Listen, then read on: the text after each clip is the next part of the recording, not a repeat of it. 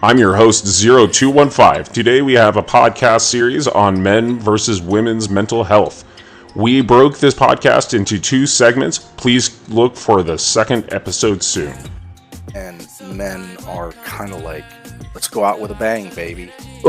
Welcome to Anonymousauarus Podcast. I'm your host, Zero, and today we have Belle and...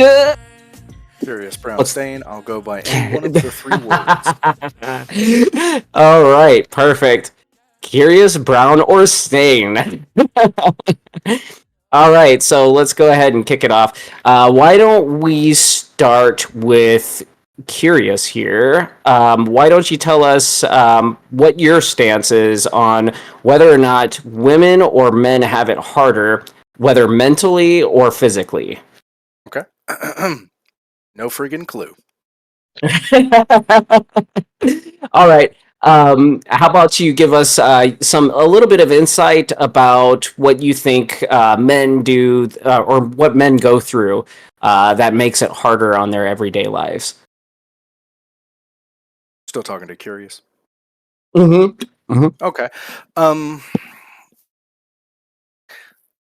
I don't know of very many specific actions, events, or experiences that are unique to either men or women, barring a few biological ones, that people don't go through in general. I think that to say people have had it hard through history would be an accurate statement. I don't know how to quantify those hardships and or tally them up to scale who's had it harder or who has it harder.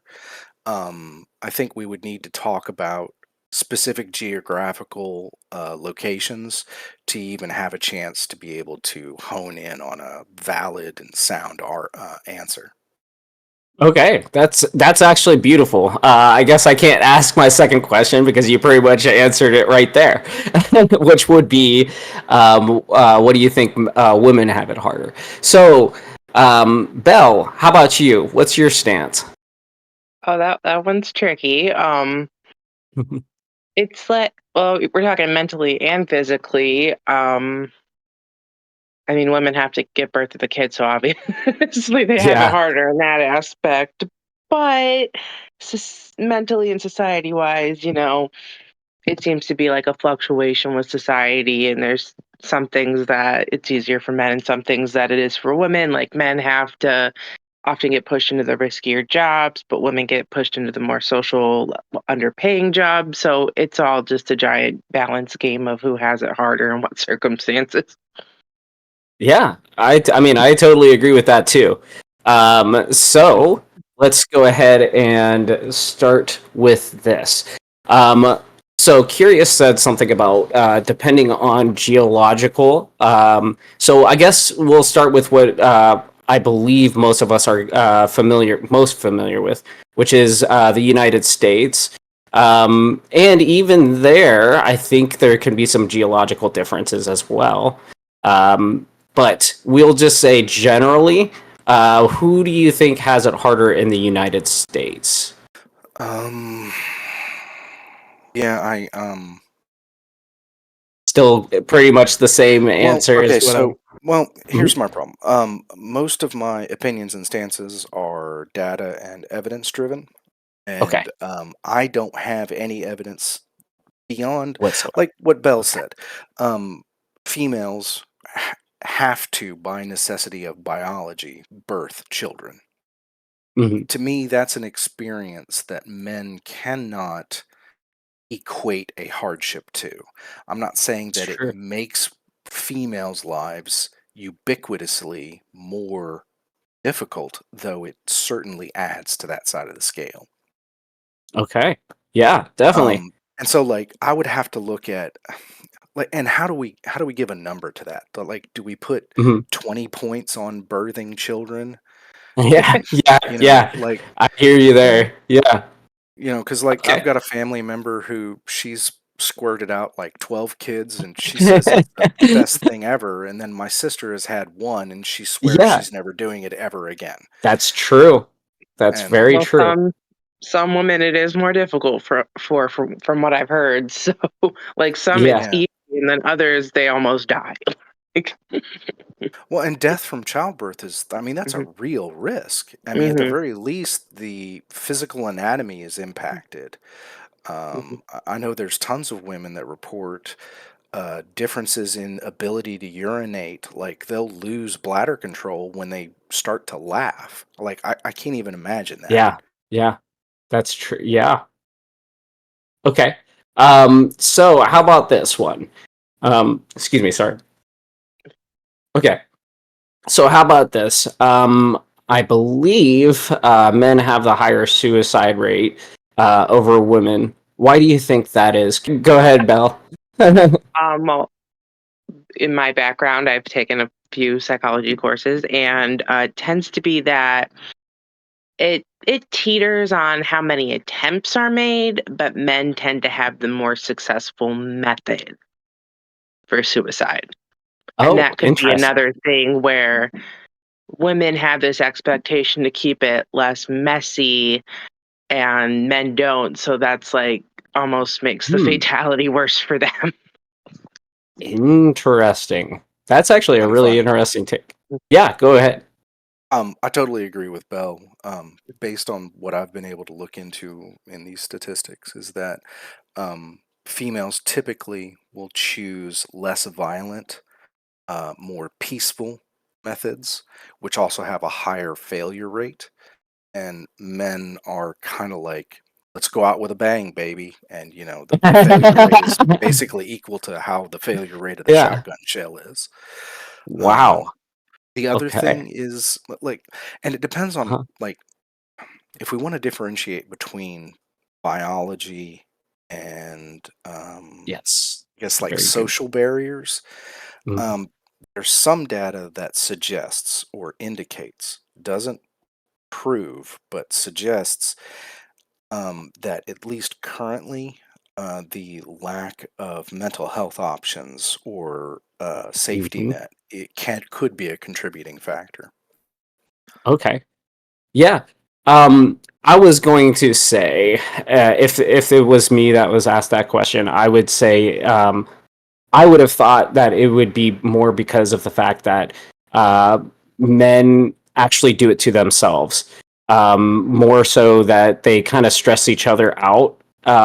Over, like, let's say, for instance, men tend to be a little more aggressive, in my opinion. And this is, take this with a grain of salt. I think men tend to be a lot more aggressive, as far as, like, like, let's say a man washes the dishes or a man starts cleaning, like dusting or something like that. Something, along those lines, or, they put on nail polish or something like that. Another man is typically the one that will say, "What are you, gay?" And a lot of times that can be just a joke. But I think a lot of times that can also be just like bullying altogether. And I think a lot of men tend to take that really harshly. Whereas women, they can be pretty critical to each other. But I think most of the time, and I could be wrong about this, is that they're a little more understanding of each other's emotions, because I feel like women, by sex, by the way, they tend to be a lot more emotional on a biological scale. They tend to be more emotional and think about things in that regard, whereas men think, I want to say, more logically, but at the same time, can you correlate that with logic? And if you want to go ahead, either one of you want to follow up on that one, feel free. Anybody Bell, have anything? if you want to go first, I'm more than happy waiting my turn. I was gonna say when you're talking about men, it's kind of like, well, everybody's on a spectrum too. I mean, you talk about sex and hormones, Mm-hmm. and brain structures and stuff like that. But there's also a spectrum for everything like that. Um, I mean, it's like, is women have like more emotional organization. I wouldn't say it's more intelligent, but it's a form of emotional intelligence, while guys are just more like compartmentalized, and that tends to kind of clash sometimes. Yeah, Can I follow up on that real quick? Go ahead. Please do. Okay, awesome. So yeah, I totally agree with that. There's definitely some different types of intelligences. I don't think that because, like, you could be really good in math, but really suck at, let's say, English, or etc. You can find all different types of subjects that somebody excels way more in than they do anything else. And that goes for emotions. That goes for anything. So I think that predominantly, a lot of times, a lot of the hormones that males produce tend to be more towards the, like, logically, I need to do this. It's kind of almost psychotic or sociopathic, um, because they have to get rid of their emotions in order to deal with a lot of things. Whereas women, they're able to have their emotions, and it's changing, I think, in this day and age. But in the past, I believe that women have been able to be a lot more emotional because they had to kind of sit with the baby. They had to nurture the baby, and they had to teach the kids emotions and all that stuff. Whereas males tended to be the ones that were out hunting and doing all that stuff. They couldn't be emotional in those sorts of times. And I think that kind of carried over into our new generation, to where like today's society, we don't really need that anymore. But a lot of men tend to go that route because they think on a I don't want to say prehistoric, but it kind of is, mentality of, like, you can't do that, that's gay. You can't do this, you got to do this, you got to protect the woman, you got to open the door for the women, etc. And they put all these social standards on a lot of men. And I mean, there's the same thing with women, though. You got to look a certain way, and then either side, no matter which way you go, there's a lot of catch-22s, and it makes it a lot harder. So now that I kind of went on that, curious, do you have anything on both of those? Yeah, I've got a little dog leg on there because I agree with probably the Okay. majority of both of what you guys say. Is it okay if I change our emotional intelligence to emotional empathy? Does anybody have a issue Sure. with that? Yeah. That could No, probably no, work, no, that's actually. fine. I was Okay, like coming up with a word. cool. I just want to make sure we were good.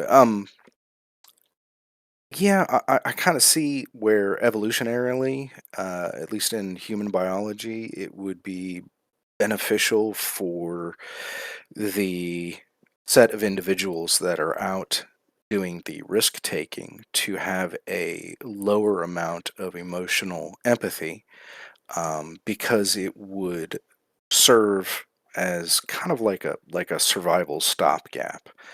Um, and the set of individuals that were the caretakers, either by necessity or by choice, extra emotional empathy would serve them a lot better and probably increase the rate at which they were able to pass on the genes or the DNA, if there's any root in biology for that, which Mhm. there's probably an argument for it to be able to be. Mhm. But like I said, we've got a whole bunch of um, societal pressures, nature versus nurture, going on there. Mhm. And there's probably roots of a lot of this in biology.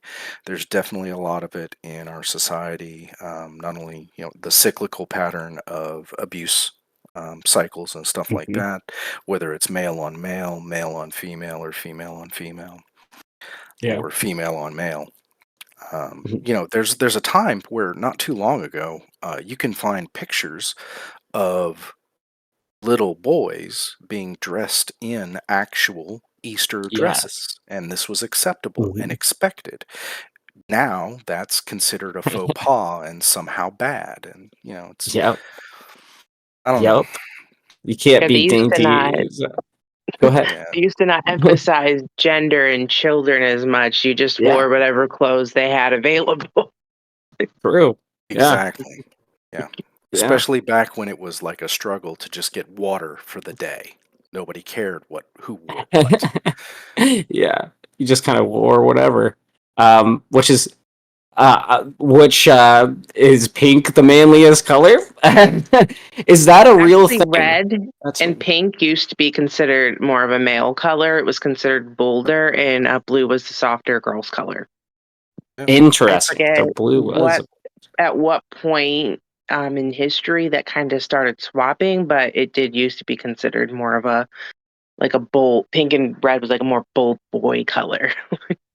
Yeah. interesting. I'm gonna look that up. Oh, and there was Go something ahead. that Zero said that I wanted to tag on to. You were talking about males' propensity for logical thinking, and I wanted to relate that to there have been studies done that show that males, while not necessarily more logical, have certain areas that they are better at, and then females certain areas they're Hmm. better at. And the two examples that jump to mind is males tend, not always, but tend to be better at spatial reasoning, and females tend to be much better at delineating different shades of color. And Yeah, I don't know yeah. what the biological root there is. An argument could be made that Um, maybe different shades of color would help you identify berries that are poisonous, yada yada yada. But Oh, I see where you're getting at. Yeah, because um, women, women. There's a super rare genetic. I don't even want to call it a disorder because it really isn't. But there's apparently a super color focus or something like that, where like a fraction of a percentage of women are born to be able to see even more color than the average human, and so that they're is sensitive crazy. to a broader light spectrum. Yes, That's awesome. yes. And speaking of which, before we get off that topic, there's a shrimp out there. I'm not sure if you guys have heard of the rainbow shrimp that can see 16 different colors as opposed to 3 different colors that the human sees.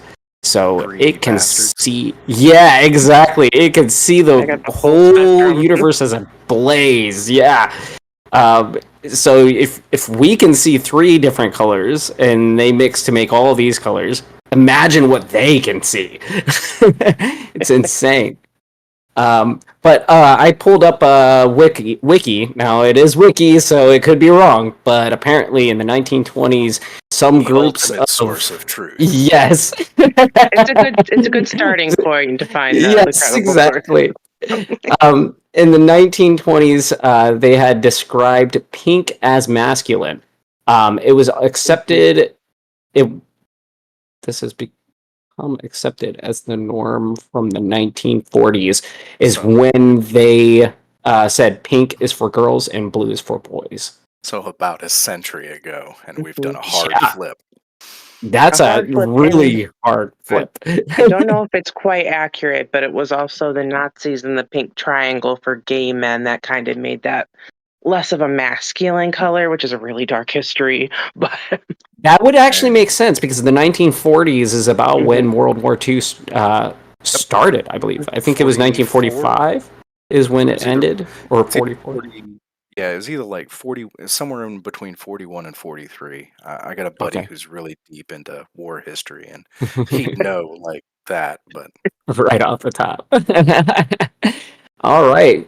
So let's go ahead and spread this out a little more, or maybe focus on it a little more.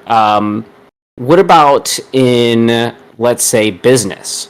Who has it harder, men or women, or female and male? Whoever wants to take it, go right go ahead. ahead, Bell. I'm still Uh, percolating. well, in business, the studies are pretty mixed on that. It's so, from what I can tell, sometimes there's more pressure on women just because sometimes some markets are so oversaturated by men that they want to be, the one to kind of what they call break through the glass ceiling and kind of like make a good impression. And even though men have been doing it for ages, they feel like there's a higher standard. And I feel like that's probably legitimate too. But even when it comes to fields that men tend to gravitate towards, those tend to be the higher paying fields, even if they're not necessarily worth more. And then the one that women tend to go into actually pay less, like the social services, but that Mhm. might, I mean, that's a worth thing, but that's also a revenue thing as well. But when men go into them, they do tend to get paid more. But when women go into like the men businesses, it's a lot of pressure, but they do tend to make about the same. So, Yeah. Okay. Yeah, I don't have any point of contention with anything Bell said. I probably agree with Mhm. most of it. I do have some anecdotal stuff, Sure. which unfortunately, it's like um, anecdote does not make data. So, Yeah. but like, so one of the things I've experienced is I've worked in offices that were almost per all male. I've worked in offices that Mhm. were mixed, and I've worked in offices where I was the only male.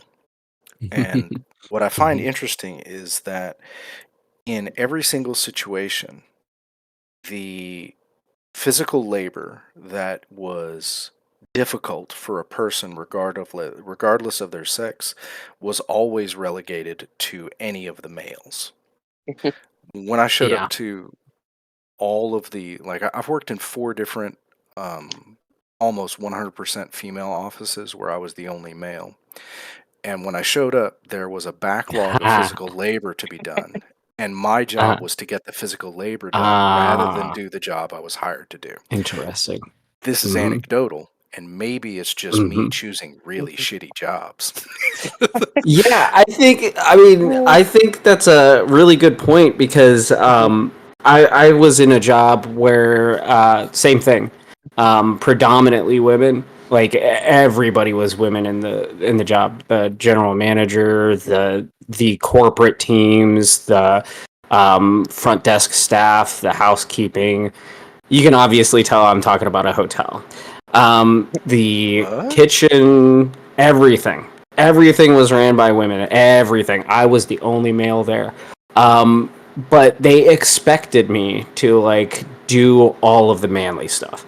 So like me and there was actually another male, but he was guess what? The maintenance guy. Oh yeah. yeah, So and Well, that and is a sorry. fair point. Well, mhm, no, I didn't want to bring that up in contention to your point. Mhm. Like I said, mhm. it's pure Yeah, yeah, anecdotal, yeah. so I'm not going to draw a conclusion from that. But I do No, agree yeah. with Bell that in the offices where I worked with, where it was mixed, where it was roughly even, female to Mhm. male, I did notice that the males that I could get to confide in me about their salary tended to outperform the females that would Mhm. confide in me their salary. However, all of the males that made more often fought with upper management to get Mhm. their salaries increased, whereas the females would rarely instigate Hmm. that Yeah, confrontation and would rather, like, they would wait for the opportunity to yeah. be presented. And again, this is anecdotal, and so Hmm. it might have just been those tiny little bubbles that I was in. Yeah. Um, I mean, I've kind of had the same experience as well. But I think that is a statistic that I should be looking up because I'm pretty sure I've heard of that statistic before. I think there was actually some more recent studies that they've been trying to push women to ask for those raises more with mixed results so far, but women did tend to ask less for raises, and it's more like a people pleasing tendency almost. Like I don't want to ask for a raise, like they'll be upset. Like Yeah, and like I've worked with enough guys to know that the guys that fight their ways up to the upper management positions, if you don't ask them for shit, they ain't giving you shit. Hmm. Mhm. Hmm. Now that can put a lot of pressure on both men and women. Um, I personally think that like especially if you're an abnormal male that kind of have like tendencies that aren't so masculine, I think that it would be rougher on the male to be that way. However, I think females that have a more masculine approach, they tend to be actually more admirable even though they get made fun of and and I don't want to say tortured, but basically that's what it is. Like they're constantly ridiculed to be in that position, but then at the same they're time, outside the norm of what is expected. Exactly. I think at the same time, though, when the men actually see, holy shit, she can actually do that. A lot of times they get more admiration than a male trying to cook.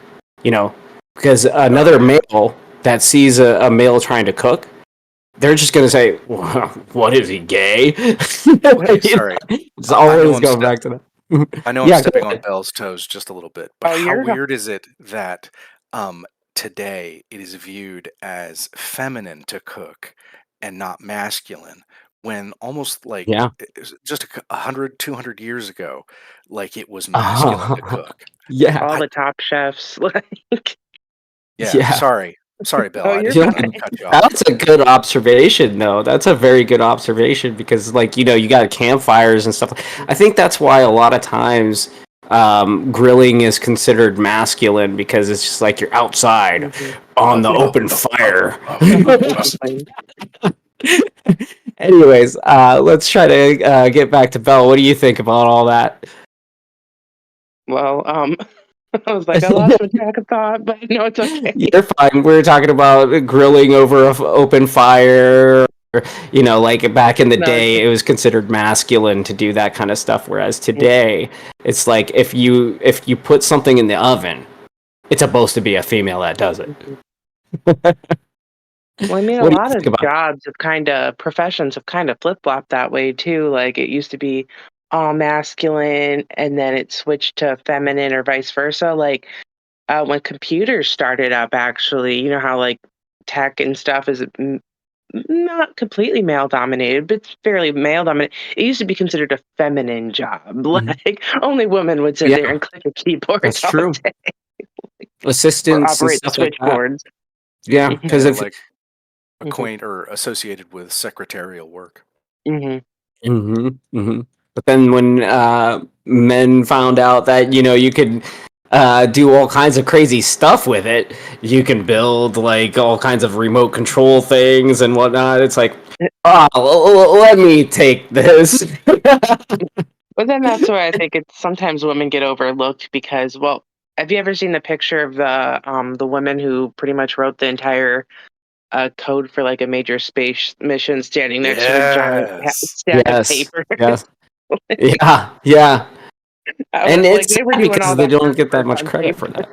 I can't remember her bloody name right now, and it's killing me. I'm drawing a blank on it too. I know exactly what you're talking about, but I can't think of the name either. Wasn't she? They were doing hard work, and then they're like, "Oh, they are doing cool things." There was a really important female involved in cracking one of the German World War II encryption codes. Oh, what is her name? I think she was even black.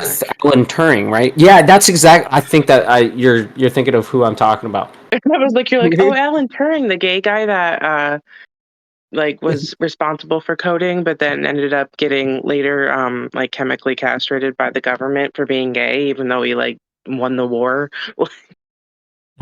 Yeah. Well, I mean, he liked penises, and we can't have that. I feel like the difficulty swap between different genders, sex, and preferences. Does Annie Briggs sound familiar? That does sound familiar. It says identify and decipher codes. Anyways, so what about the fact? Let's go over to military.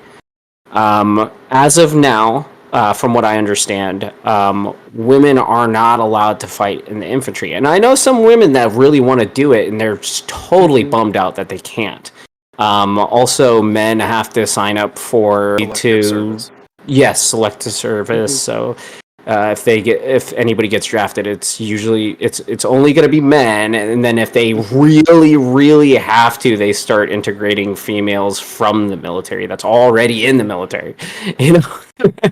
So that one's an interesting one. Do you guys have any perspectives on that? Yeah, Go Belle, ahead. do you want to go first? And Mm. because I'm betting I'm going to agree with most of what you say, and then I'll just have a little vote. Yeah. I mean, I feel like, listen, I know they do it for like health and physical problems, but I know like so many guys who would never qualify for the military because of their physical problems, and then women who could ease through everything that all their requirements. So sometimes it feels like it's an overgeneralization to completely exclude and not go by individual, but I understand at times at war, you kind of just got to throw the masses at it. So Yeah. but and then also in military, women can have can actually be pretty valuable. Different body types. Sometimes they can get into smaller places. Sometimes if they get a short-statured woman versus big bulky guy, like there's always been uses for women in the military. So it's more like kind of balancing the roles instead of just making strict rules. Yeah. That makes sense. How about you, Curious? I've got a little bit of a different take. So, Okay. I agree with most of what Belle says. I think the reason that females are not in the U.S. military right now are completely social and cultural and have nothing to do with biology. The Vikings had their women fight right alongside them, seemed to work out for them, and they were some tough son of True. bitches. Oh. Yeah. In my opinion, in military, firefighting, policing, anything that has an inherently dangerous or violent task and component, there needs to be a standardized set of rules, and if you can't meet that rule set, you don't get in, no matter what is hanging between your legs. Yeah. Like, period. So, Pretty much. SEAL, So many men I know couldn't make it too. you're speaking to one. You're speaking to one. I was like, no, I'm sure. I tried to get into the Marines, and I was disqualified for medical reasons. They told me I could be drafted into the Army if it ever got that bad, but I couldn't fucking volunteer. So, If it ever And got that it's bad whenever, like Vietnam, whenever they had to pretty much draft every single male that they possibly could. But let's switch this up actually, here. to Go ahead. put a last little bit on there, the one caveat that I have is that the male of a species is typically the more expendable because, especially in mammals and in placental bearing young, because a single male can technically impregnate multiple females, while a single female can only bear one young at a time. So I get the whole expendability aspect of primarily males being in the military because a culture or a society would technically be able That's to a good point. bounce back. But I don't think that's a good enough reason to say females can't be in the military. Yeah, I agree. I feel like it just makes it. I feel like it's just set up that way because it makes it easier to be like, well, this group goes off to war and this group does all the other jobs. Yeah, because Definitely an males. aspect of that. Yeah, males typically gain more muscle faster, and but what's ironic is females actually recover faster. That's something that people don't understand. Oh, yeah. Females can recover a lot faster than males on anything. Biologically, I believe they typically have a higher threshold of pain. I wouldn't doubt it. I would not doubt it at all. Because if they can childbirth, then yeah, but males are just usually too stupid to not, jump into the fire. I'm your host, 0215. We broke this podcast down to 2 segments. Please keep an eye out for the second part. We do many other podcast series as well if you want to check them out. They will be up as often as possible. Thank you for tuning in, and feedback is more than appreciated. See you next time.